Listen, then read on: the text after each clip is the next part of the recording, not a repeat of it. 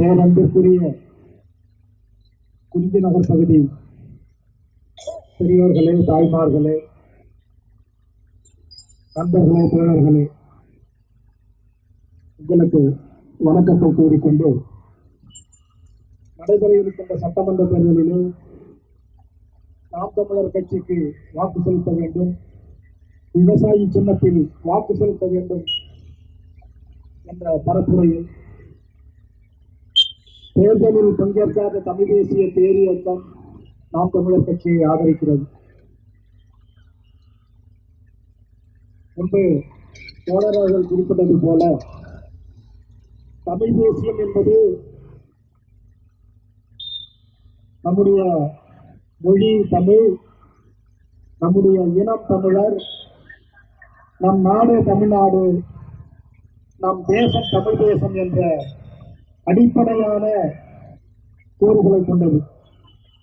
பச்சிலம் குழந்தைக்கு தாய்ப்பால் எப்படி சத்தாகவும் நோய் எதிர்ப்பு சக்தியாகவும் இருக்கிறதோ அதை போல தமிழினத்திற்கு வருகின்ற ஆபத்துகளை எதிர்கொள்கின்ற அரசியலாக தமிழ் தேசியம் இருக்கிறது. தமிழினத்தின் உரிமைகளை காக்கின்ற தத்துவமாக தமிழ் தேசியம் இருக்கிறது.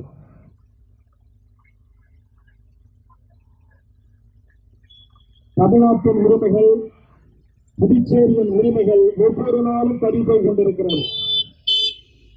வேலை வாய்ப்பிற்காக, வியாபாரத்திற்காக ஒவ்வொரு நாளும் ஆயிரக்கணக்கான பல்லாயிரக்கணக்கான இந்திக்காரர்களும் வெளி மாநிலத்தவர்களும் தமிழ்நாட்டிலும் புதுச்சேரியிலும் குடியேறிக் கொண்டிருக்கிறார்கள். புதுச்சேரியிலிருந்து ஒரு 10 பேர் வட இந்தியாவிற்கு போவது அல்லது குஜராத் போன்ற மாநிலங்களுக்கு போவது என்பது இயல்பான ஒன்று. ஒரு நாளைக்கு 10 பேர் போறாங்க, 5 பேர் போறாங்க அப்படிங்கிறது இயல்பா நடக்கக்கூடியதுதான். உலகம் முழுவதும் அது நடந்து கொண்டிருக்கிறது. ஆனால் நம்முடைய புதுச்சேரி தொடர்வண்டி நிலையத்திலே, ரயில் நிலையத்திலே போய் பாருங்கள். வட இந்தியாவில் இருந்து வருகின்ற ரயிலில் ஆயிரக்கணக்கான பேர் ஒவ்வொரு நாளும் புதுச்சேரியில் இறங்கிக் கொண்டிருக்கிறார்கள். நம்முடைய இளைஞர்களுக்கு வேலை இல்லை. 10,000 சம்பளம், 15,000 சம்பளம், சுகில வேலை செய்யறான், சுமத்தாவில் வேலை செய்யறான் நம்முடைய இளைஞர்கள். ஆனால் பாருங்கள், இங்கு இருக்கக்கூடிய தபால் அலுவலகத்தில் இருந்தாலும், வருமான வரி அலுவலகத்தில் இருந்தாலும், பொதுத்துறை வங்கிகளில் இந்தியன் வங்கி, SBI வங்கி, இப்படி இருக்கக்கூடிய வங்கிகளில் பாருங்கள், பாதிக்கு மேலே வட இந்தியர்கள் வேலை செய்து கொண்டிருக்கிறார்கள். 30 ஆண்டுகளுக்கு முன்பு நீங்கள் வங்கிக்கு சென்றால் ஒரே ஒரு இந்திக்காரர் இருப்பார். அவரும் 3 மாதத்தில் திரும்பி அவருடைய ஊருக்கு போய்விடுவார். ஆனால் இன்று பாருங்கள், 100 பேர் SBI வங்கி வேலை எடுக்கிறது என்றால் அதில் 90 பேர் இந்திக்காரர்களாக இருக்கிறார்கள். 10 பேர் கூட தமிழர்கள் இல்லை. இப்படி நம்முடைய உரிமை பறிபோய் கொண்டிருக்கிறது. தமிழ் தேசிய பேரியக்கமும் நாம் தமிழர் கட்சியும் என்ன சொல்கிறது என்றால், புதுச்சேரியிலே 100 பேருக்கு வேலைக்கு இருக்கிறது என்றால் 90 பேர் புதுச்சேரி மக்களாக இருக்க வேண்டும், 90 பேர் தமிழர்களாக இருக்க வேண்டும், 10 பேர் வெளி மாநிலத்தவர்களாக இருந்துவிட்டு போகட்டும் என்று சொல்கிறோம். அதுதான் மொழி வழியாக இந்த மாநிலம் பிரிக்கப்பட்டதற்கு, மொழி வழியாக புதுச்சேரி தமிழர் மண்ணாக இருப்பதின் உரிமையை காப்பதற்கான அரசியல். இந்த அரசியலை என்ஆர் காங்கிரஸ் ரங்கசாமி பேசுவாரா, நாராயணசாமி பேசுவாரா, நமச்சிவாய பேசுவாரா, பாஜக கட்சிகள் பேசுமா என்றால் பேசாது. இந்த மண்ணின் மீதும், இந்த இனத்தின் மீதும், இந்த மக்கள் மீதும் உண்மையான பற்று கொண்டவர்கள் தான் இதை பேசுவார்கள். ஏனென்று சொன்னால், வெள்ளைக்காரனால் உருவாக்கப்பட்ட இந்தியா விடுதலை அடைவதற்கு முன்பே காந்தி சொன்னார், இந்தியா என்ற நாடு மொழிவாரி மாநிலங்களாக பிரிக்கப்படும். ஏனென்று சொன்னால், வெள்ளைக்கார பத்திரிகையாளர் கேட்கிறார், எப்படி நீங்கள் இந்தியாவில் நிர்வாகம் செய்வீர்கள் என்றால், இங்கே பல மொழி பல இனங்கள் இருக்கிறது என்று கேட்ட கேள்விக்கு காந்தி அது போல சொன்னார், மொழிவாரி மாநிலங்களாக பிரிக்கப்படும். எல்லா உரிமைகளும் மாநிலங்களுக்கு வழங்கப்படும். குறைந்தபட்ச அதிகாரம் தான் மத்திய அரசுக்கு இருக்கும் என்று சொன்னார். ஆனால் இன்று என்ன நிலைமையாக இருக்கிறது? எல்லா அதிகாரத்தையும் மத்திய அரசு குவித்து வைத்துக் கொள்கிறது. மாநிலங்களுக்கு அதிகாரம் இல்லை. அதுவும் புதுச்சேரி எல்லாவற்றிலும் கொடுமையாக இருக்கிறது. ரங்கசாமி அவர்கள் விவாதத்திற்கு முன்பு இருந்த நாராயணசாமி அவர்களிடமே கேட்டால் தெரியும். அவருடைய நாற்காலியை மாற்ற வேண்டுமென்றால் கூட தலைமைச் செயலர் கையெழுத்து போட வேண்டும். அதற்கு ஆளுநர் ஒப்புதல் அளிக்க வேண்டும். அப்பொழுதுதான் அவர்கள் நாற்காலியை கூட மாற்றிக் கொள்ள முடியும். அப்படிப்பட்ட உரிமை இல்லாத ஒரு சட்டமன்றமாக, உரிமை இல்லாத முதலமைச்சராக இருந்து கொண்டிருக்கிறார்கள். அந்த உரிமை வேண்டும். மக்களால் தேர்ந்தெடுக்கப்பட்டவர்களுக்கு உரிமை வேண்டும். அதுதான் மக்களாட்சி. மக்களாட்சியிலே அடிமையாக இருந்து கொண்டிருக்கிறோம். மக்களாட்சி என்ற பெயரிலே மக்களால் தேர்ந்தெடுக்கப்படாத ஒரு அதிகாரி ஆளுநர் புதுச்சேரியை ஆட்சி செய்து கொண்டிருக்கிறார். இந்த கொடுமை, இந்த அடிமை நிலை, இந்த அவல நிலை மாற வேண்டும் என்றால் நாம் தமிழர் கட்சிக்கு விவசாய சின்னத்தில் வாக்கு செலுத்த வேண்டும். காசுபேட்டை தொகுதியுடைய அடிப்படை பிரச்சனைகள் பல இருக்கின்றன. இங்கே இருக்கக்கூடிய குளங்கள் கூர்வாறு செய்யப்பட வேண்டும். நிலத்திலே சாக்கடை தண்ணை விடாமல் மழைநீர் தேங்கி நிலத்தடி நீர் உயர்ந்து குடிநீர் தட்டுப்பாட்டை போக்குகின்ற ஒரு பெரும் பணியை செய்ய வேண்டும். ஒரு காலத்தில் புதுச்சேரியிலே குடிநீர் இளநீர் தண்ணீர் போல் இருந்தது என்பார்கள். ஆனால் இன்று எங்கு பார்த்தாலும் உப்பு தண்ணியாக இருக்கிறது, உவர்ப்பு தண்ணியாக இருக்கிறது. ஏனென்றால் குழாய் போட்டு நீரை உறிஞ்ச நிலத்தடியில் கடல் நீர் புகுந்துவிட்டது, உப்பு நீர் புகுந்துவிட்டது. ஆகவே தண்ணியும் உப்பாக இருக்கிறது, உவர்ப்பாக இருக்கிறது. இவற்றையெல்லாம் சரி செய்ய வேண்டுமானால் ஒரு தொலைநோக்கு திட்டத்தோடு நிலத்தடி நீரை உயர்த்தக்கூடிய திட்டங்கள் வகுக்கப்பட வேண்டும். எல்லா குளங்களும் தூர்வாரப்பட வேண்டும். மூடப்பட்ட குளங்கள் எங்கெல்லாம் இருக்கிறதோ, வாய்ப்பு இருக்கிறதோ அவற்றையெல்லாம் புனரமைக்கப்பட வேண்டும். இதையெல்லாம் சரி செய்தால்தான் நிலத்தடி நீர் உயரும். புதுச்சேரியிலே ஒவ்வொரு 10 கடைக்கும் ஒரு மதுக்கடை இருக்கிறது, பிராந்தி கடை இருக்கிறது. இங்கே ஏற்கனவே பல மது ஆலைகள் இருக்கிறது. ஒவ்வொரு மது ஆலையும் பிராந்தி ஆலையும் ஒரு நாளுக்கு பல லட்சம் லிட்டர் தண்ணியை நிலத்திலிருந்து உறிஞ்சுகிறார்கள். ஆனால் மக்கள் முதல்வர் என்று சொல்லக்கூடிய ரங்கசாமி அவர்கள் புதிதாக 8 மது ஆலைகளுக்கு அனுமதி வழங்கியிருக்கிறார்கள். அதை பல்வேறு கட்சிகளும், தமிழர் கட்சி, தமிழ் தேசிய தேர்தல் போன்ற கட்சிகள், மேலும் பல கட்சிகள், மக்கள் நல இயக்கங்கள் தொடர்ந்து போராடி அதை இப்போது செயல்படாமல் தடுத்து வைத்திருக்கிறார்கள். நிலத்தடி நீர் உறிஞ்சப்படுகிறது. தாய்க்கு பால் இல்லை என்றால் அந்த குழந்தை எப்படி வளரும்? செயற்கை பால் கொடுத்து விடலாம். ஆனால் செயற்கையாக குடிநீர் உருவாக்க முடியுமா? மழை நீர் உருவாக்க முடியுமா? இருப்பதை காக்க வேண்டும் அல்லவா? நீர்நிலைகளை காக்க வேண்டும், இயற்கை வளங்களை காக்க வேண்டும், சுற்றுச்சூழலை காக்க வேண்டும். இவையெல்லாம் அடிப்படையானது. குறைந்த வருமானத்தில் வாழ்ந்துவிட முடியும். ஆனால் சுத்தமான காற்று இல்லாமல், சுத்தமான குடிநீர் இல்லாமல் வாழ்ந்துவிட முடியுமா? இதை பற்றியெல்லாம் நாம் சிந்திக்க வேண்டும். இவர் 1000 தருகிறார், 500 தருகிறார், இவர் முதியோர் ஓய்வூதியம் 2000 தருகிறார், அவர் 3000 தருகிறார் என்ற ஆசை காட்டி அந்த பூண்டிலே புழுவை போட்டு மீன் பிடிப்பதை போல அவர்கள் இப்படியெல்லாம் இந்த இலவசங்கள், உதவித்தொகை என்ற பெயரிலே புழுவை மாட்டி நம்முடைய வாக்குகளை கொள்ளையடிக்க பார்க்கிறார்கள். இவையெல்லாம் தடுக்கப்பட வேண்டும். முதியோர்களுக்கு, பிள்ளைகளால் கைவிடப்பட்ட, கணவனை இழந்த, மனைவியை இழந்த முதியோர்களுக்கு நிச்சயம் உதவித்தொகை வேண்டும். 5000 ரூபாய் குறைந்தது மாத உதவித்தொகை வழங்க வேண்டும். வருமானம் இல்லாமல் வாடுகின்ற, உண்மையில் வறுமையில் இருக்கின்றவர்களுக்கு உதவித்தொகை வழங்க வேண்டும். சீமானவர்கள் இலவசம் வழங்க வேண்டாம் என்று சொல்வார். அதை எந்த பதிவு சொல்கிறார் என்றால், ஓட்டு வாங்குவதற்காக வாரி இறைக்காதீர்கள், கடன் வாங்கி இலவசம் கொடுக்காதீர்கள். அதே நேரத்தில் தேவையானவர்களுக்கு வறுமையில் உள்ளவர்களுக்கு இலவசம் அதிகமாக வழங்க வேண்டும், உதவித்தொகை அதிகமாக வழங்க வேண்டும் என்று சொல்லுவார். இங்கே 10 மாடி வீடு உள்ளவனுக்கும் 10 வீடு உள்ளவனுக்கும் இலவசம் வழங்கப்படும், இலவச அரசு வழங்கப்படும். இது கொடுமை இல்லையா? இது அசிங்கம் இல்லையா? இதற்கு வெட்கப்பட வேண்டாமா? இப்படிப்பட்ட இலவசம் வேண்டாம். அதே நேரத்தில் படித்த இளைஞர்கள் வேலை தேடிக் கொண்டிருக்கிறார்கள். அவர்களுக்கு வேலை கிடைக்கின்ற வரை அவர்களுக்கு மாதம் 5000 உதவித்தொகை வழங்க வேண்டும். அவர்கள் வேலை கிடைத்த பிறகு அந்த உதவித்தொகை வழங்க வேண்டாம். ஏனென்றால் அவர்களுக்கு அது அவசியம். படித்துவிட்டு வங்கி கடன் கட்ட முடியாமல், கல்வி கடன் கட்ட முடியாமல் இருக்கின்றவர்களுக்கு மாதம் வேலை கிடைக்கின்றவரை உதவித்தொகை வழங்க வேண்டும் என்று தமிழ் தேசிய பேரியக்கம் சொல்கிறது. அதை நாம் தமிழர் கட்சியும் சொல்கிறது.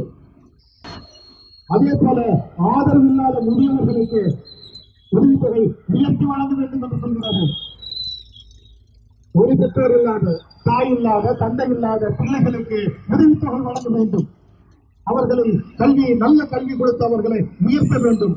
இவையெல்லாம் தன்னுடைய நாட்டை, தன்னுடைய மக்களை மானம் உள்ளவர்களாக, தன்மானம் உள்ளவர்களாக, சொந்த காலிலே நின்று உழைக்கக்கூடியவர்களாக, தங்கள் நாட்டை உருவாக்கக்கூடியவர்களாக வர வேண்டும் என்ற தலைவருக்கு, அரசியலுக்கு இந்த கனவு இருக்கிறது.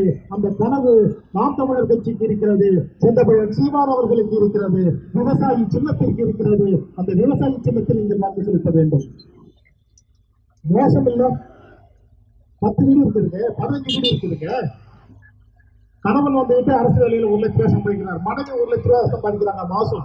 அவங்களுக்கு இலவச அரிசி, அவங்களுக்கு ஓய்வூதியம். இப்படிப்பட்ட இலவசங்கள் கூடாது. தேவையான இலவசம் வழங்க வேண்டும். இந்த இப்படிப்பட்ட ஒரு நல்ல லட்சியம் மக்களை தன்மானத்தோடு வாழ வைக்க வேண்டுங்க. கூட்டமா 300 ரூபாய்க்கு 400 ரூபாய்க்கும் பெண்கள் வந்துட்டு வாக்கு கேட்கறதுக்கு போறாங்க. வாக்கு மந்தையை ஓட்டி செல்வது போல, 300 பேர், 200 பேர், 500 பேர் காசு உள்ளவர்கள் கூட்டிட்டு போறாங்க. இதற்கு நாம் ஒட்டப்பட வேண்டும். நீ ஓட்டு கேட்கிறியா, என்ன செய்தான்னு சொல்லு, இதுக்கு முன்னாடி என்ன செஞ்சிருக்கிறான்னு சொல்லு, நீ ஓட்டு வந்து கேள்வி நான் போடுறேன், ஏன் கூட்டம் கூட்டுறேன் அப்படிங்கிற கேள்வியை நாம் கேட்க வேண்டும். எங்கள் வீட்டிலே நான் எழுதி வைத்திருக்கிறேன், எங்கள் வாக்கு விற்பனைக்கல்ல.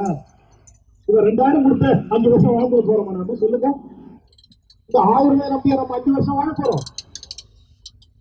இப்படிப்பட்ட அவர்கள் ஆதாயம் அடையக்கூடியவர்கள், 5 ஆண்டுகளுக்கு கொள்ளையடிக்கக்கூடியவர்கள், ஏழை எளியவர்களாக பஞ்ச பராரிகளாக இருந்த பல அரசியல்வாதிகள் இன்னைக்கு 1000 கோடி 2000 கோடி சொத்து சேர்த்து வச்சிருக்கிறான், உள்ள போறான். அதனால அவ திருட்டு பணத்துல நமக்கு பங்கு கொடுக்கிறான். திருட்டு பணத்துல கொடுக்கக்கூடிய பங்கு நமக்கு அவமானம்.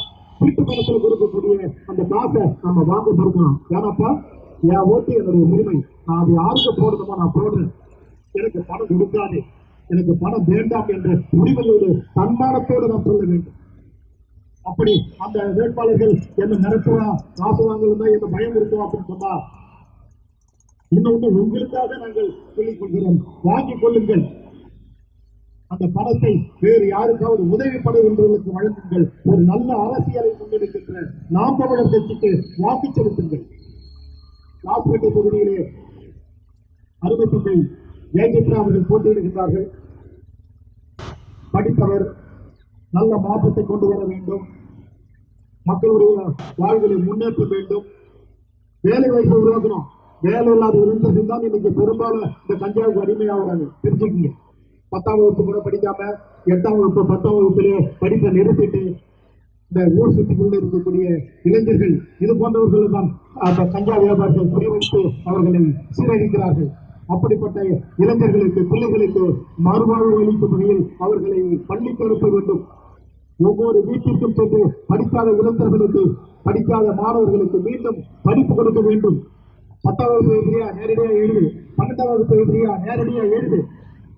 அவருடைய குடும்ப சூழல், பெற்றோர் சூழல், அவன் படிப்பை மறந்திருக்கிறான், படிப்பை விட்டு வேலைக்கு கூட போயிருக்கிறான், கூலி வேலைக்கு போயிருக்கிறான். அப்படிப்பட்டவர்களை எல்லாம் சந்தித்து அவர்களை எல்லாம் வாழ்க்கையிலே உயர்த்துகின்ற போதுதான் இந்த இழிவு நீங்கும், இந்த போதை கலாச்சாரம் நீங்கும்.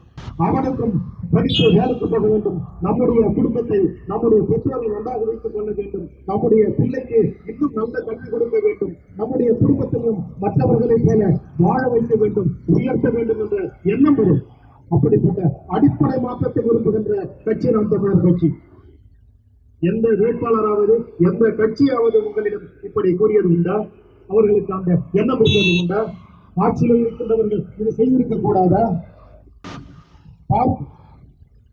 பின்தங்கிய பிள்ளைகள், வருமானத்தில் மிகவும் பின்தங்கி இருக்கின்றவர்களுடைய பிள்ளைகள் தான் அதிகம் சீரழிந்து கொண்டிருக்கிறார்கள். இவற்றையெல்லாம் மாற்ற வேண்டும். ஒரு நல்ல புதுச்சேரியை உருவாக்க வேண்டும். ஒரு சின்ன நிலப்பரப்பு இந்த புதுச்சேரியை ஒரு மண்ணிலே இருக்கக்கூடிய தோற்றமாக மாற்ற முடியும். 10 ஆண்டுகள் 15 ஆண்டுகள் ஆட்சி தொடர்ந்து ஒரு கட்சி ஆட்சி செய்யுமே ஆனால் இந்த புதுச்சேரியை சிங்கப்பூராக மாற்ற முடியும். நாராயணசாமி சொன்ன சிங்கப்பூர் அல்ல, தன்மானமிக்க மண்ணாக இந்த மண்ணை மாற்ற முடியும். செல்வ வளம் கழிக்கின்ற மண்ணாக மாற்ற முடியும். எங்க பார்த்தாலும் பிராந்தி கடை, போத, இதுவா ஒரு வருமானம். இவையெல்லாம் ஒழித்து இவற்றையெல்லாம் மாற்றி வருமானம் ஈட்டக்கூடிய தற்சார்பு பொருளாதாரம், வேளாண்மையை பெருக்கி வேளாண்மை மூலம் தொழிற்சாலையை உருவாக்க வேண்டும். வேலை வாய்ப்பை உருவாக்க வேண்டும். மண்ணை பெருக்காத இந்த பீர் ஃபேக்டரி, இந்த கெமிக்கல் ஃபேக்டரி, இதெல்லாம் கூட புதுச்சேரிக்கு ஒரு கெமிக்கல் ஃபேக்டரி வேணுமா, ஒரு மருந்து ஃபேக்டரி போடுமா, ஒன்று போதும். அது புதுச்சேரி மக்களுக்கு மட்டும் போதும். அதே போல குஜராத்துக்கு வேணுமா, குஜராத்ல வச்சுக்க. எல்லாத்தையும் கொண்டு வந்தீங்க புதுச்சேரியில வைக்கிறோம். எங்களுடைய மண்ணு பாழாகுது. இவற்றையெல்லாம் நாம் புரிந்து கொண்டு நாம் எப்படி வீட்டை சுத்தமாக வைத்திருக்கிறோமோ அதே போல இந்த மண்ணையும் சுத்தமாக வைத்திருக்க வேண்டும். புதுச்சேரியும் சுத்தமாக வைக்க வேண்டும். நாம் எப்படி வீட்டில் உரிமையோடு தன்மானத்தோடு வாழ்கின்றோமோ அதுபோல இந்த நாட்டிலும் என்னுடைய உரிமை இது, என்னுடைய கல்வி இது, எனக்கு கல்வி கொடு, நான் படித்திருக்கிறேன், எனக்கு வேலை கொடு, எனக்கு என் வேலைக்கு ஏற்ற ஊதியம் கொடு என்று நெஞ்சை நிமிர்த்தி தன்மானத்தோடு உரிமையோடு கேட்க வேண்டும். அப்படிப்பட்ட சமுதாயத்தை உருவாக்க வேண்டும். அப்படிப்பட்ட உங்களுடைய பிள்ளைகளை உருவாக்க வேண்டும் என்பதுதான் நாம் தமிழர் கட்சியின் கனவு. அந்த கனவை நோக்கிதான் நாங்கள் வீறுநடை போட்டுக் கொண்டிருக்கிறோம். அதை செயல்படுத்தத்தான் இந்த தேர்தல் களத்திலே இருக்கிறோம். எங்களுக்கு நாம் தமிழர் கட்சிக்கு விவசாயி சின்னத்தில் வாக்கு செலுத்துங்கள். எல்லா கட்சிக்கும் போட்டிருப்பீர்கள். 5 முறை 10 முறை போட்டிருப்பீர்கள். மாற்றி போட்டிருப்பீர்கள். இந்த முறை விவசாயி சின்னத்திற்கு வாக்களியுங்கள். வாக்குப்பெட்டியிலே வரிசையில் 7 இருக்கின்ற விவசாயி சின்னத்தில் வாக்கு செலுத்தி ஒரு நல்ல மாற்றத்தை உருவாக்குவதற்கு, நல்ல மாற்றத்தை விரும்பக்கூடிய லாஸ்பேட்டை பகுதி மக்கள், குடிநகர் பகுதி மக்கள் விவசாயி சின்னத்தில் வாக்களிக்க வேண்டும் என்று உங்களை அன்புரிமையோடு உங்கள் பிள்ளைகள் நாங்கள் கேட்டுக்கொள்கிறோம். நீங்கள் வாக்கு செலுத்துவீர்கள் என்ற நம்பிக்கை எங்களுக்கு இருக்கிறது. அந்த நம்பிக்கையோடு விடைபெறுகிறோம். நன்றி, வணக்கம். இவ்வாறான பல செய்திகளை, பல சிக்கல்களுக்கு விடை கிடைக்கக்கூடிய செய்திகளை தமிழர் கண்ணோட்டம் வலையொலியில் வெளிப்படுத்தி வருகிறோம். இது தற்சார்பாக செயல்படுவதற்கு நிதி தேவைப்படுகிறது. இந்த நிதியை நம்முடைய மக்களாகிய நீங்கள் தான், இளையோரும் பெரியோரும் நண்பர்களும் தோழர்களும் சான்றோரும், நீங்கள் உங்களால் இயன்ற அளவு என்ன இயலுமோ அந்த நிதியை வழங்குமாறு அன்போடும் உரிமையோடும் கேட்டுக்கொள்கிறேன். உங்களுக்கு நன்றி உணர்வோடும் பொறுப்புணர்வோடும் தமிழர் கண்ணோட்டம் செயல்படும் என்பதை உறுதி தெரிவித்துக் கொள்கிறேன். நன்றி, வணக்கம்.